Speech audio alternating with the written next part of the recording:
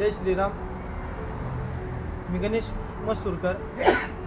आमच्या गुंजन मावळ खोऱ्यात आजपर्यंत कसं आहे, एक बोळातली लोक म्हणून उमेदवारी डावलली गेली.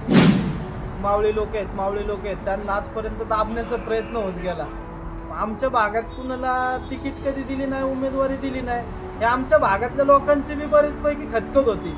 पण मी आज शिवसेनेचं नेतृत्व करत होतो. लोकांना अपेक्षा होती की बाबा गणेश मसूरकरच्या स्वरूपात कोणतरी आपल्याला नेता भेटन, त्याला उमेदवारी भेटन आणि लढन. आमच्या इथं संदीप काका शिळीमकर गुरगवडीचे म्हणून ते भाजपमधनं उमेदवारी लढत होते.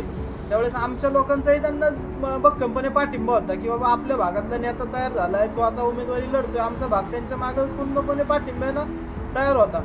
आता त्यांनाही उमेदवारी नाही मिळाली तर त्याच्यानंतरनं लोकांची अपेक्षा राहिली ना की बाबा आपला माणूस कोणतरी पाहिजे. तर त्यांच्या नंतर मी माझा पुढाकार घेतला आणि मलाही उमेदवारी डावलल्यामुळं मी अपक्ष लढतोय. लोकांच्या उदंड प्रतिसादामुळे मी अपक्षाची तयारी केली. का तर लोकांची इच्छा होती आणि जनतेची इच्छा पूर्ण करणे हे आपलं नेतृत्वाचं काम आहे. त्याच्यामुळं मी हे त्यांचं जनतेचं विश्वासाने नेतृत्व करतोय आणि त्यांच्या विश्वासाला कुठं तडा जाऊन देणार नाही.